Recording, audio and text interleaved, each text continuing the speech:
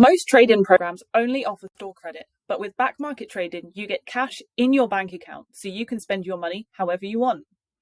This means you'll need to add your banking details to your back market account. Simply log into back market,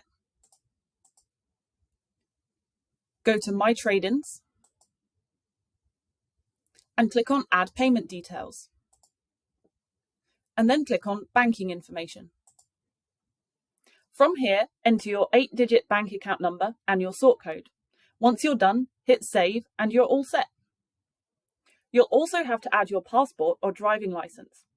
To do this, go to your back market account. Then click on My Trade-ins and click on Add Payment Details. From here, upload a valid passport or driving license. You might be wondering why you have to do this, but essentially it's part of a multi-layered verification and security process to ensure that your money ends up in your account.